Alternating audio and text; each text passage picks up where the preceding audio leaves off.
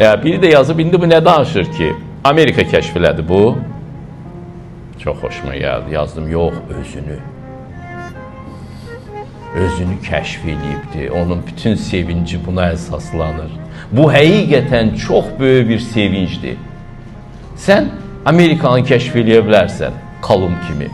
Amma inanmıram ki, onun sevinci özünü kəşf eləyən Walt Whitman'in və ya Nəsiminin sevincinə çata bilər. Heç tozuna da çatanmaz.